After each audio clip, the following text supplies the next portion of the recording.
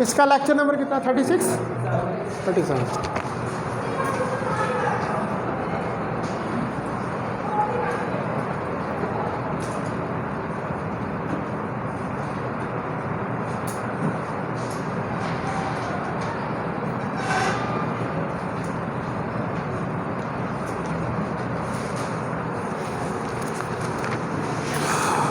कल हमने जो है इसको शायद पॉइजन और लेप्लास इक्वेशन के ऊपर एंड किया था।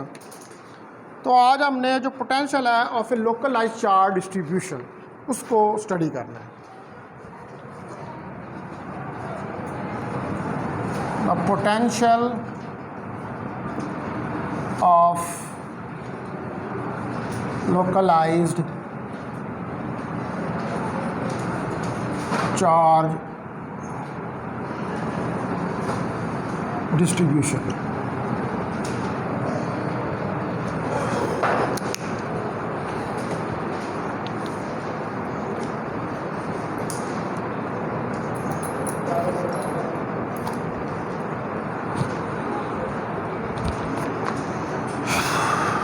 अच्छा, आपने प्रीवियसली वी को डिफाइन किया था, ठीक है। वी डिफाइन वी, ठीक है, इन टर्म्स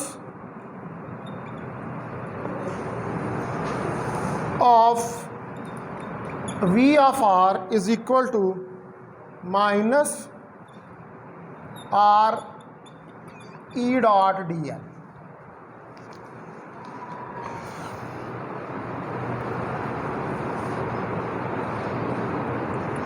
ठीक है, ये आपने पोटेंशियल को डिफाइन किया था। तो it is better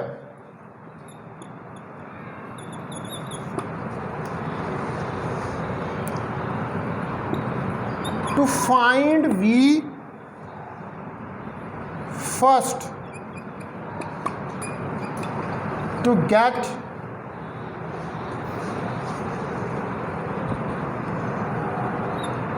get E by taking the gradient as well.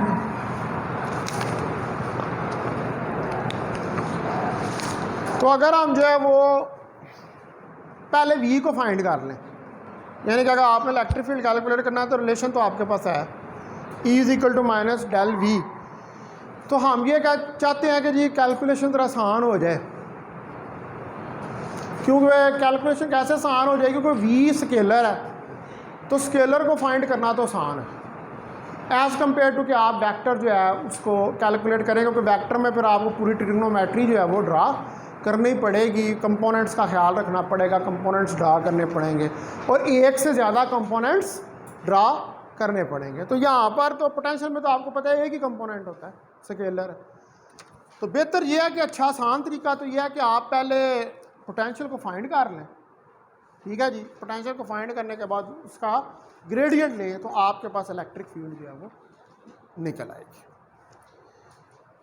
अब जो पॉइजन इक्वेशन है, ठीक है,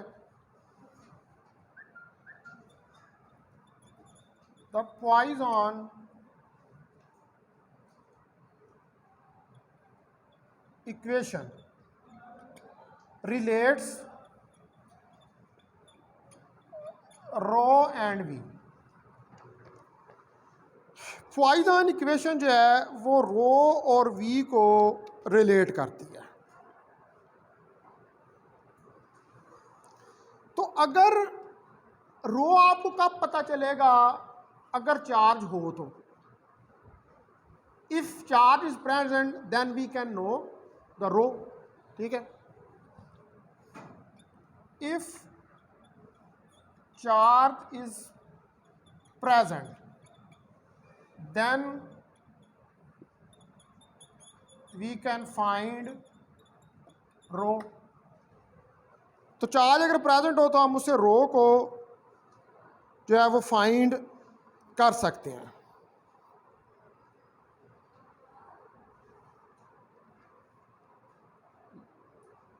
अच्छा, अब इसमें क्वेश्चन ये राइज होता है कि अगर आपको रो का पता हो तो क्या आप पोटेंशियल निकाल सकते हैं? तो फौरन आपके ज़हन में बात आएगी हाँ जी हम निकाल सकते हैं, हम पॉइजन इक्वेशन लगाएंगे। फिर आपसे ये सवाल पूछा जाए कि भाई अगर रो ज़ीरो तो फिर क्या तुम पोटेंशियल निकाल सकते हो? तो then what will be your answer? Rho zero करोगे तो लैप्लास हो जाएगी। तो क्या लैप्लास इक्वेशन से आप पोटेंशियल निकाल सकते हैं?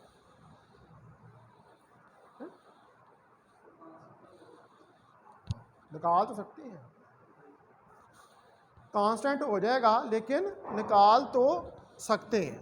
ठीक है, तो इसका मतलब है कि पोटेंशियल जो है वो तो फिर दोनों इक्वेशन से निकल आता है। ठीक है, जो लेप्लास इक्वेशन है वो कंडीशन क्या है कि जब आप उधर लेप्लास इक्वेशन आप उस जगह पर लगा रहे हैं जहां पर रो ज़ीरो है, यानी कि आप कह रहे हैं कि चार्ज डेंसिटी ज़ीरो है, तो वहां पर भी पोटेंशियल तो मौजूद होगा लेकिन उस जगह पे पोटेंशियल जो है वो कांस्टेंट होगा। लेकिन पॉइजन इक्वेशन का ये मतलब है कि रो है और फिर आप पोटेंशियल को फाइंड करें, लेकिन उस सूरत के अंदर ये ज़रूरी नहीं है कि पोटेंशियल जो है वो कांस्टेंट हो। ये फॉलो करें इस बात को। ये तो ये फ़र्क है इनके अंदर, करती दोनों ही है लेकिन एक के अंदर पोटेंशियल जो है वो कांस्टेंट निकल आता है और दूसरे के अंदर पोटेंशियल जो है वो कांस्टेंट नहीं होता, मतलब उसकी कोई वैल्यू जो है वो आप कैलकुलेट जो है वो कर सकते हैं। अच्छा, अब आप सपोज करें कि जो इलेक्ट्रिक फील्ड है आपके पास due to a point charge, the electric field E due to a point charge, वो आपके पास E 1/4 pi epsilon naught Q over R square R unit vector, that is the electric field. तो ये R के साथ very कर रहा है, तो अगर मैं स्फेरिकल कोऑर्डिनेट्स के अंदर जाऊं और इसका लेंथ एलिमेंट लिखूं तो dr R unit vector plus R d theta theta unit vector plus R sine theta d phi phi unit vector.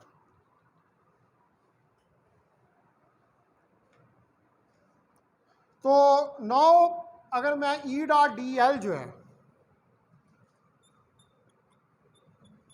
Find करना चाहता हूं तो E D L cause of theta, या बल्कि आप इसको कह सकते हैं कि E भी आपका रेडियल है तो इसकी डॉट ही ले लें सीधी, 1/4 pi epsilon naught Q over R square R unit vector dot, अब D L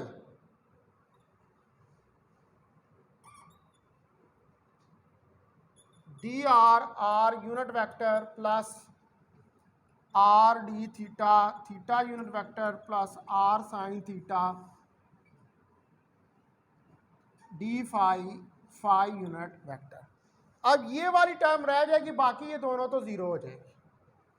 R dot R 1 के बराबर होगा, बाकी सारी ज़ीरो हो जाएंगी। तो E डॉट डी एल जो है ये मेरे पास आ जाएगा 1/4 pi epsilon naught Q over R square D are.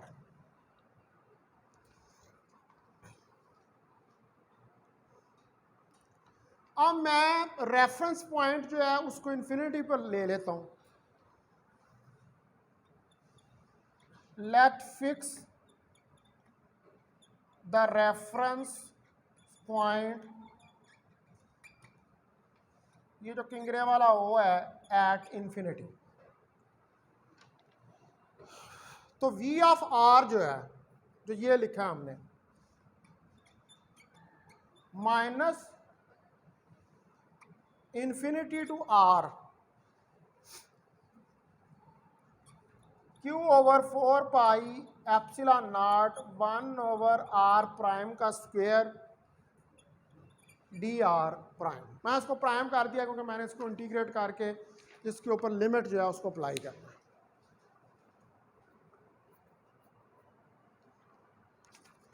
ठीक है, क्यू और 4 पाई एप्सिलॉन नॉट को बाहर निकाल लें।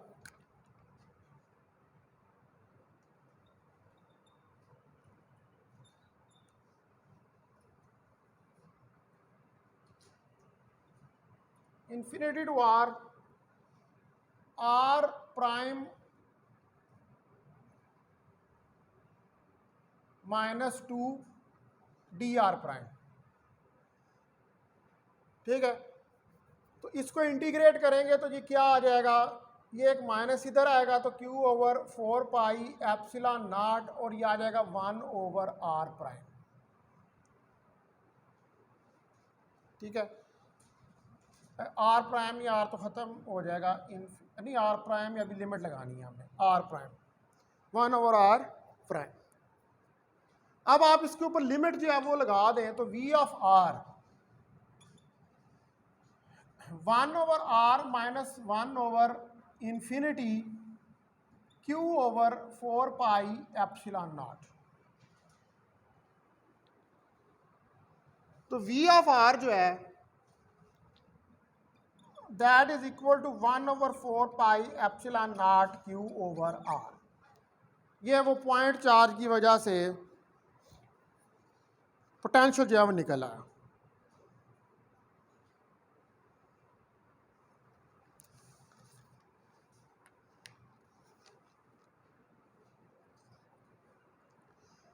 अच्छा, अब जो ये वाली इक्वेशन हमने राइट डाउन की थी, इसको ये वाली, इसको आप इक्वेशन 1 का नाम दे रहे हैं। ठीक है, ये जो पहले ये वी ऑफ आर माइनस इसको लिखा।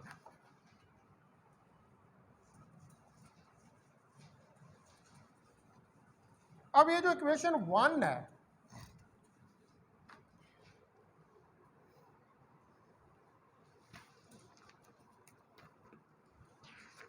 इसके अंदर एक माइनस का साइन आ रहा है। ठीक है, there is a minus sign in equation 1। Equation 1 के अंदर ये आप देख रहे हैं कि यहां पर एक माइनस का साइन आ रहा है। अब इसको हमने माइनस क्यों चूज किया है? हमने इसको माइनस इसलिए चूज किया है कि पोटेंशियल जो है, जो पॉजिटिव चार्ज का पोटेंशियल है वो भी पॉजिटिव हो जाए। जो पॉजिटिव चार्ज का पोटेंशियल है वो भी पॉजिटिव हो जाए। ठीक है, we choose minus sign because we want that the potential of positive charge will also be positive, कि वो भी पॉजिटिव हो। अभी ये सेंटेंस की समझ नहीं आ रही होगी, हजम नहीं हो रही होगी, क्या ये समझ है जमीन? अच्छा, मुझे तो नहीं आई। बहरहाल खैर, अभी आगे चलते हैं तो फिर समझ आ जाएगी। ठीक है, अब यहाँ पर आप एक बात जो है उसको रिमेंबर रखें कि जो रीजन ऑफ पॉजिटिव चार्ज होते हैं, हम हमेशा पॉजिटिव चार्ज को कहते हैं वो अप होता है, हिल्स, हिल ऊंचा होता है ना। तो जो रीजन ऑफ पॉजिटिव चार्ज हैं उनको हमेशा के वो हिल्स हैं, वो हमेशा ऊपर जो है वो मौजूद हैं। और जो नेगेटिव चार्ज हैं, पॉजिटिव चार्ज ऊपर मतलब अपर पोटेंशियल, हायर पोटेंशियल, और नेगेटिव चार्ज जो है वो नीचे है, लोअर पोटेंशियल, यानी कि वो वैलीज हैं। ठीक है, वैली नीचे होती है ना, हिल ऊपर होता है। तो इसको आप हमेशा, ये बेटर है कि आप इसको इस तरह रिमेंबर रखें। It is useful to remember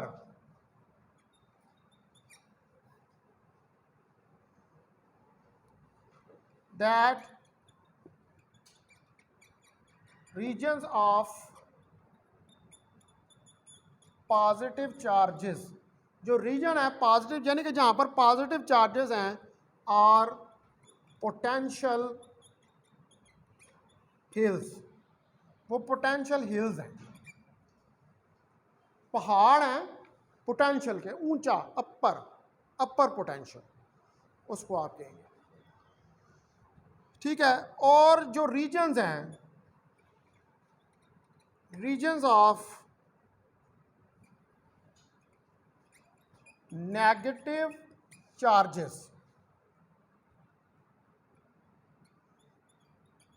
और जो नेगेटिव चार्जेस के रीजन है आर पोटेंशियल वैलीज, तो वो आपके पास पोटेंशियल वैलीज हैं, and the electric field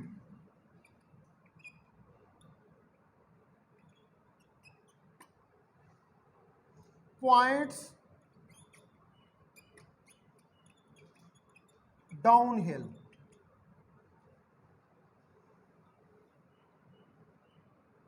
from plus towards minus.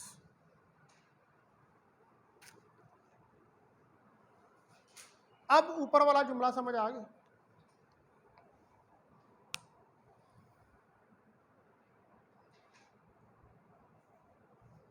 क्या मुझे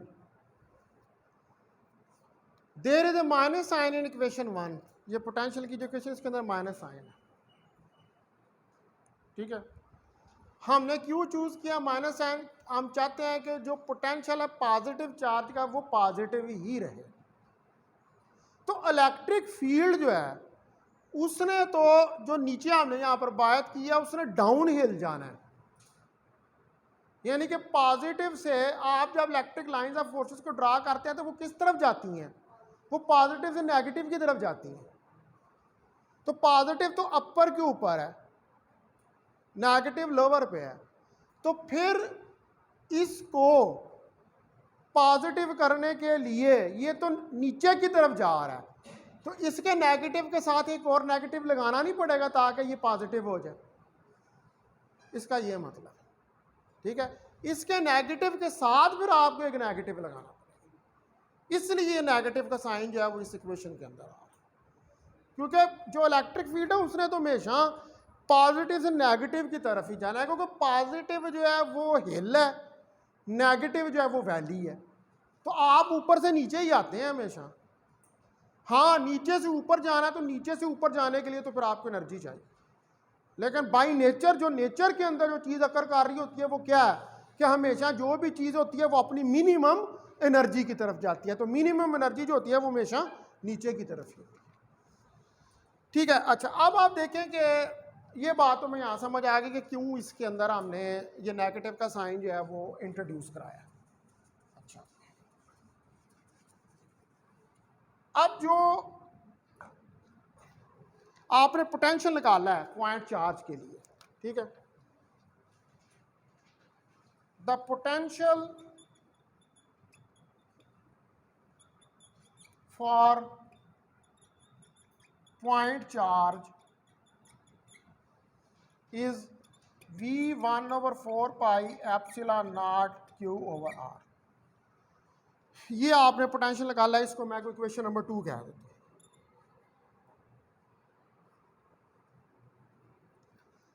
अब यहाँ पर जो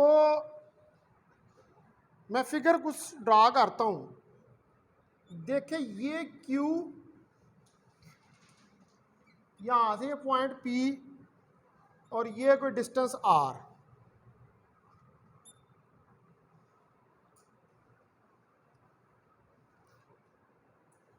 ठीक है, ये कोई पॉइंट P है, उसका डिस्टेंस R है। उसके बाद एक और फिगर यहाँ पर, इसको आप कह रहे हैं ये फिगर 1A है। फिर एक और फिगर ड्रा करते हैं जिसके अंदर हम ज़्यादा चार्जेस ले लेते हैं, Q1, Q2, Q3,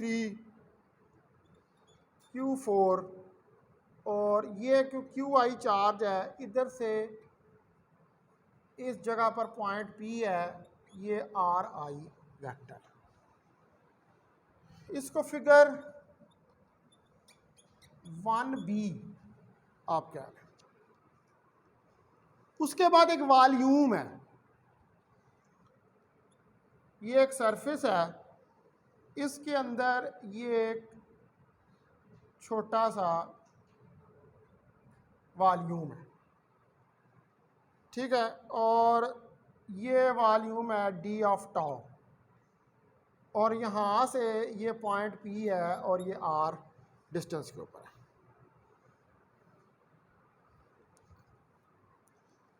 अब यहाँ पर जो डिस्टेंस R है, ये क्या है? ये डिस्टेंस है हमेशा जो चार्ज है उससे लेकर पॉइंट P तक।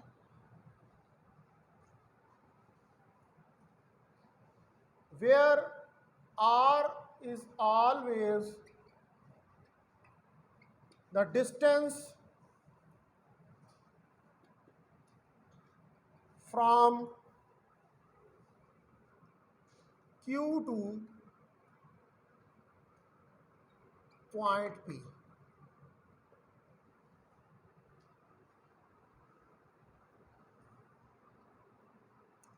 ठीक है, पॉइंट P तक।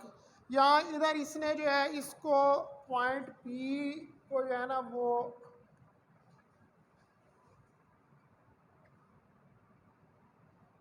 पॉइंट P ही आप ले लें, ठीक है।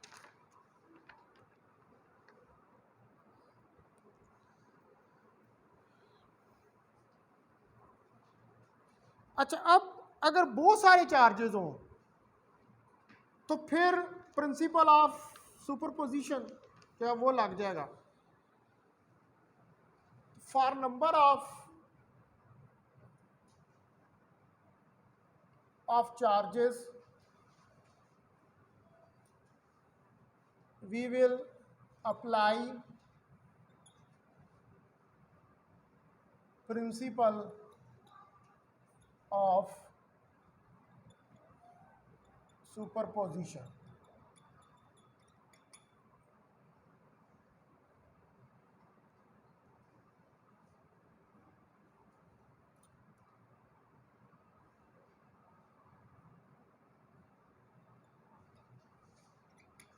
तो फिर जो है वो हम प्रिंसिपल ऑफ सुपरपोजिशन जो है उसको अप्लाई करेंगे। तो प्रिंसिपल ऑफ सुपरपोजिशन के लिए जो पोटेंशियल है for collection of charges, the potential for collection of charges, क्योंकि अब चार्जेस एक से ज़्यादा हैं, तो वो जो पोटेंशियल है फॉर कलेक्शन ऑफ चार्जेस उसमें आपको समेशन लेनी पड़ेगी। वो फिगर 1B जो है वो इसको रिप्रेजेंट कर रही है।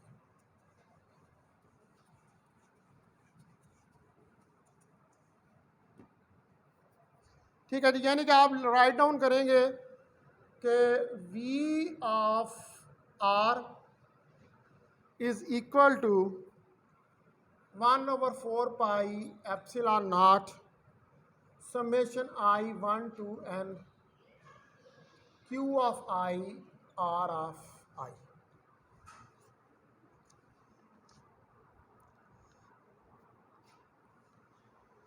अब अगर आपके पास कॉन्टिन्यूस डिस्ट्रीब्यूशन हो, ठीक है, तो ये समेशन किस में कन्वर्ट हो जाएगी? इंटीग्रल के अंदर, ठीक है। फॉर कॉन्टिन्यूस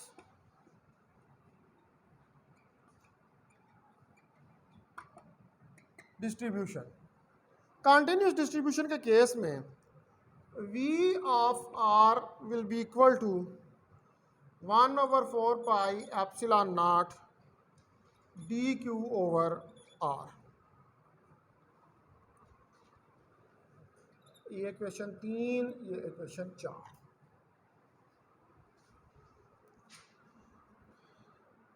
तो अब जो आपके पास इक्वेशन है लाइन चार्ज, वॉल्यूम चार्ज और सरफेस चार्ज।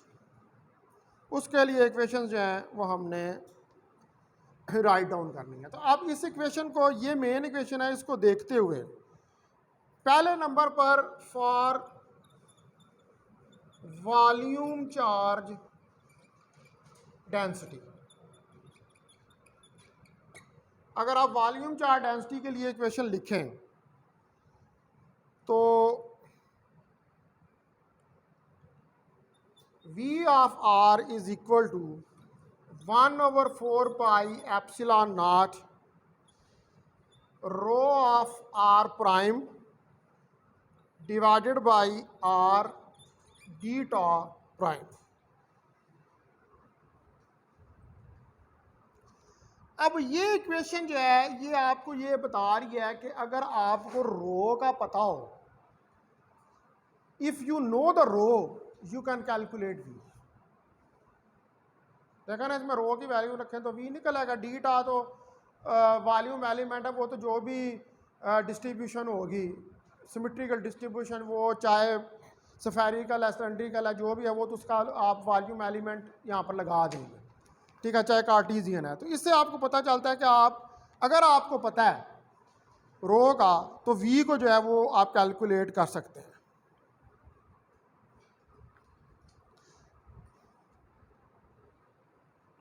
अच्छा, अब इसी इक्वेशन का अगर हम कंपेयर करें इस इक्वेशन से E ऑफ R जो इलेक्ट्रिक फील्ड की है, तो 1/4 pi epsilon naught rho of R prime R square R unit vector D tau prime, इसको कह दें ये इक्वेशन नंबर 6 है।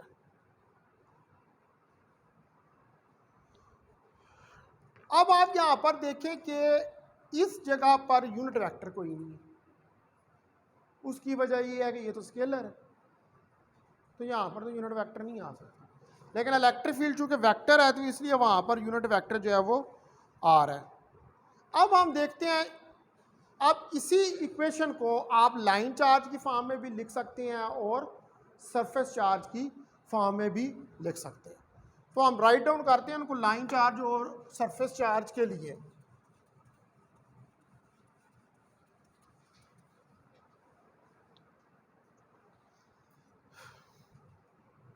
For line charge and surface charge, तो V 1/4 pi epsilon naught lambda of R prime over R D L prime, length element आ जाएगा। उसके बाद V, इसको हम नाम दे दें equation number 7, 1/4 pi epsilon naught sigma R prime over R D A prime, इसको इक्वेशन नंबर 8 का नाम देंगे।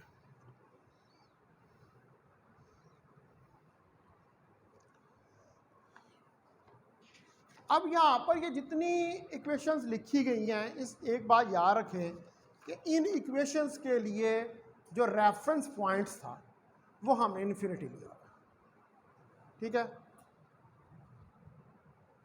All these equations are written for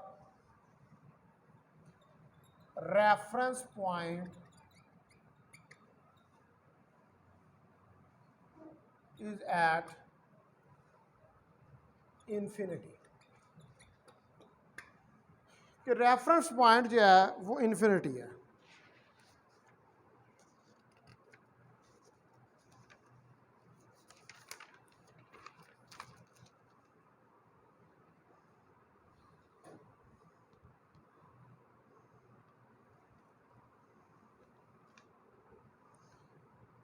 अच्छा, अब अगर आप ये ट्राई करें कि इन फार्मूलाज को कुछ आर्टिफिशियल प्रॉब्लम है, शायद मैंने कल भी इस बात का जिक्र किया था कि अगर आप जो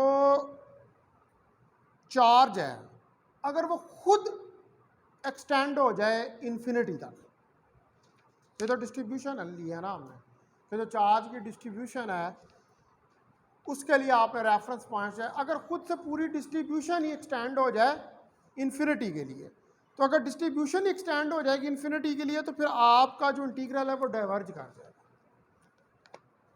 ठीक है, इंटीग्रल जो है वो डाइवर्ज, वो बहुत फैल जाएगा, वो फिर कैलकुलेटेबल नहीं रह पाएगा, आप उसको कैलकुलेट नहीं कर पाएंगे। अच्छा जी, उसके बाद है इसके अंदर एक एग्जांपल है 2.8।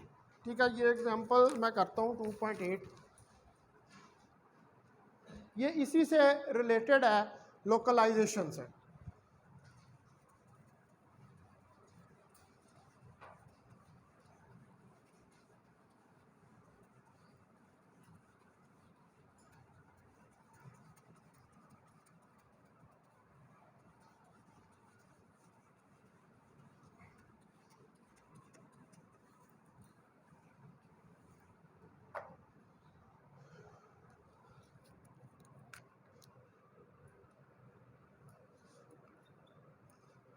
इस एग्जांपल में आपने पोटेंशियल फाइंड करना है यूनिफॉर्मली चार्ज स्फेरिकल शेल का ऑफ रेडियस आर। एक यूनिफॉर्म स्फेरिकल शेल है जिसका रेडियस आर है, उसका पोटेंशियल आपने फाइंड करना है। तो पहले फिगर बना लेते हैं।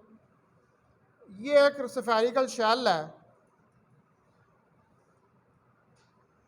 यहाँ पर ये y, ये z और ये x।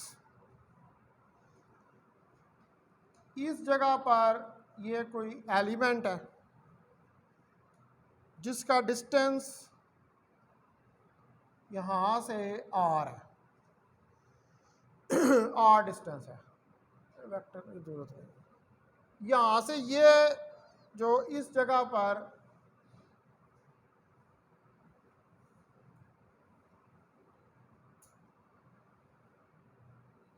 ये जो है ये कोई पॉइंट P है इधर, जहाँ पर आपने पोटेंशियल फाइंड करना है।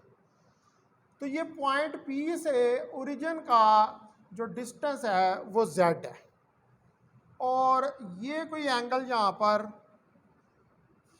थीटा प्राइम बन रहा है।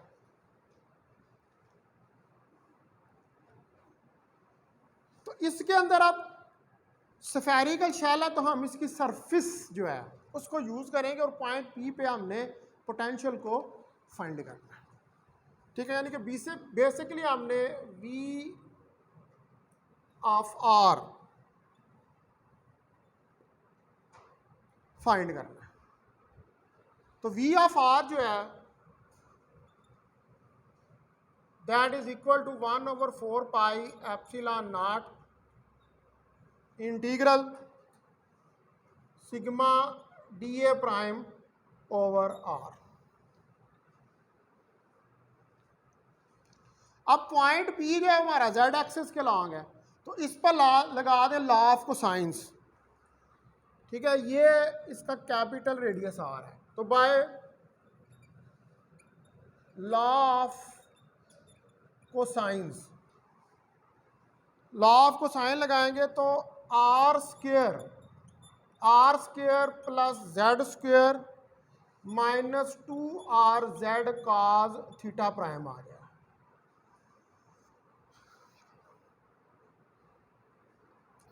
अब जो सरफेस एरिया एलिमेंट है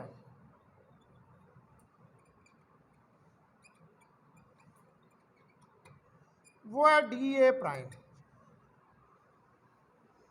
dA प्राइम जो है ये बराबर है R square sine theta prime D theta prime D phi prime के।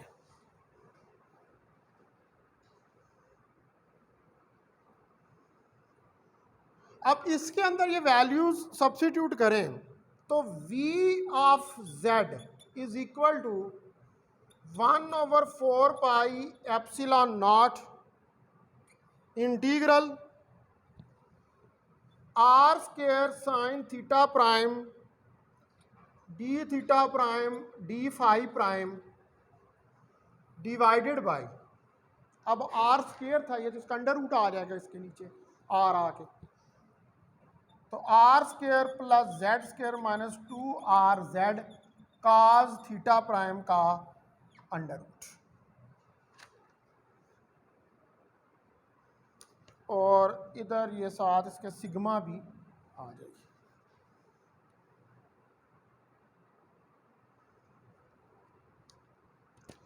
अब आप देखें कि यहाँ पर डी थीटा और डी फाई यानी कि दो इंटीग्रल आएंगे, तो डी फाई जो है वो तो 0 से 2 पाई जा रहा है, तो वो तो 2 पाई यहाँ इधर बाहर आ जाएगा। इसको मैं लिख सकता हूँ कि v of z sigma 2 pi 4 pi epsilon not, और आर स्क्वायर को भी बाहर निकाल लें, ये भी कांस्टेंट है, तो 0 से पाई थीटा की इंटीग्रेशन तो होनी है 0 से pi sine theta prime D theta prime divided by R square plus Z square minus 2RZ cos of theta का अंडर रूट।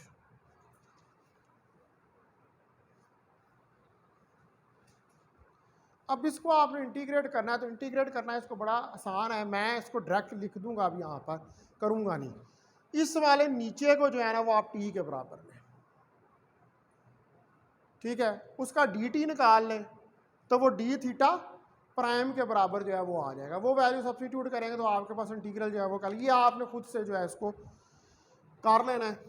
तो अब मेरे पास जब मैं इसको इंटीग्रेट करूंगा तो ये आ जाएगा v of z is equal to 2 pi R square sigma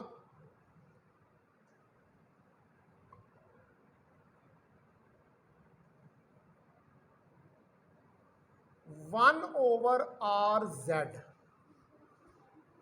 ठीक है, 1/RZ into R square plus Z square minus 2RZ cos theta prime, ये आ जाएगा 0 से पाई।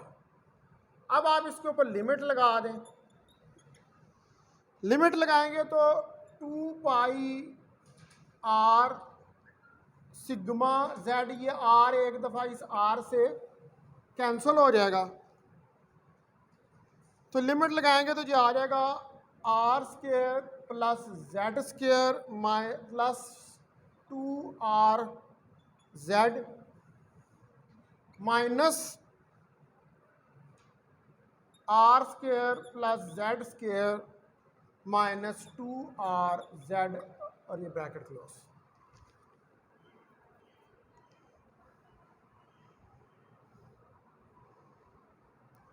तो ये r प्लस जेड का स्क्वायर बन जाएगा, ये r माइनस जेड का स्क्वायर बन जाएगा। तो v of z 2 pi r सिग्मा z r प्लस जेड का स्क्वायर का under root minus r minus Z के स्क्वायर का अंडर रूट, ये आ जाएगा।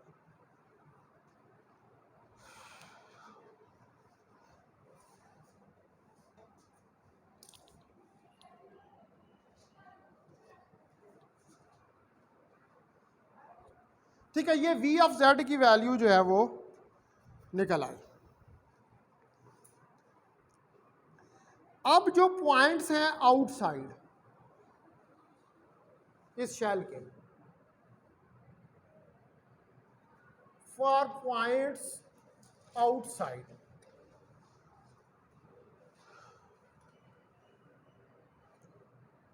द स्फीयर, अगर आउटसाइड स्फीयर के चले जाएं तो z जो है वो ग्रेटर देन r हो जाएगा, z ग्रेटर देन r, यानी कि z r से ज़्यादा है। तो इसका मतलब है कि फिर हैंस r माइनस जेड का स्क्वायर इज इक्वल टू, अब r जो है z जो है वो ग्रेटर देन r है, तो ये r माइनस जेड जो है ये क्या हो जाएगा, ये z माइनस आर के बराबर हो जाएगा। वो पॉजिटिव नेगेटिव को पॉजिटिव कर देगा, ठीक है, क्योंकि अगर z बड़ा है r से तो z फिर क्या है, पॉजिटिव है, और r क्या है, नेगेटिव है। एक बात होगी। अब फॉर पॉइंट्स इनसाइड,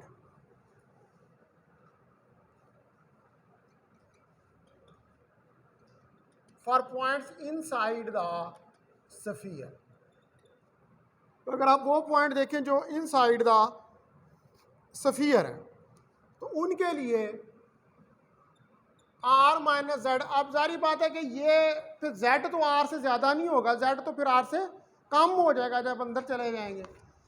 तो r माइनस जेड का जो स्क्वायर है, इसका जो अंडर रूट है वो फिर r माइनस जेड के बराबर ही आएगा। तो अब इसके मुताबिक v ऑफ z जो है वो आपके पास r sigma over 2 epsilon naught z r plus z minus z minus r, इसको सॉल्व करेंगे, मैं नहीं कर रहा अब यहाँ पर, आप कर लेंगे इस स्टेप को। r square sigma over epsilon naught z, ये आपके पास है आउट साइड, ठीक है। उसके बाद दूसरे नंबर पर v of z is equal to r sigma over 2 epsilon naught z r plus z minus r minus z, तो ये आ जाएगा v of z is equal to r sigma over epsilon naught. ये किसके लिए है, इन side के लिए,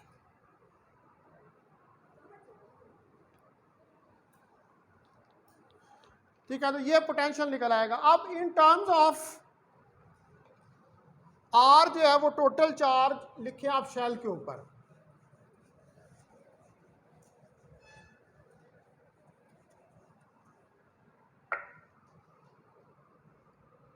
in terms of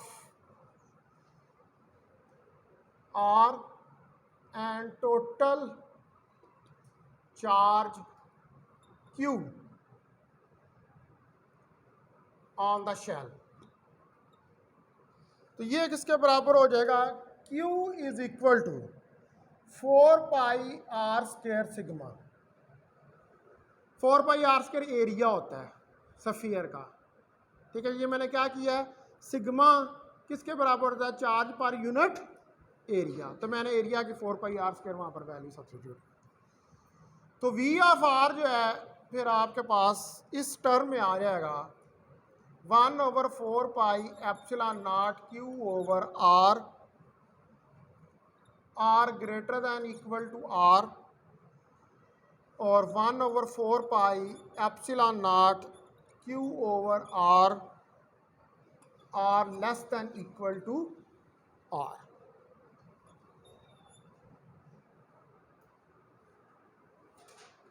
तो ये आपके पास पोटेंशियल जो है वो निकल आएगा किसके लिए, एक स्फेरिकल शेल के लिए। इसके इनसाइड भी निकला है और आउटसाइड भी निकला है। अगर इलेक्ट्रिक फील्ड होता तो फिर इनसाइड ना निकलता, क्योंकि इलेक्ट्रिक फील्ड जो है वो इनसाइड ज़ीरो होती है, लेकिन इसमें इलेक्ट्रिक फील्ड बेशक इनसाइड ज़ीरो है, लेकिन फिर भी जो है वो पोटेंशियल आप। अच्छा, इसके अंदर से मैं कुछ थोड़े बहुत स्टेप मैंने खाए हैं। अब मुझे थोड़ी सी जो है ना वो स्पीड तेज़ करनी पड़ेगी, क्योंकि मैंने कोर्स ख़त्म करना है, ठीक है। तो वो आप स्टेप कर लेना इसके अंदर जो खाए हैं मैंने।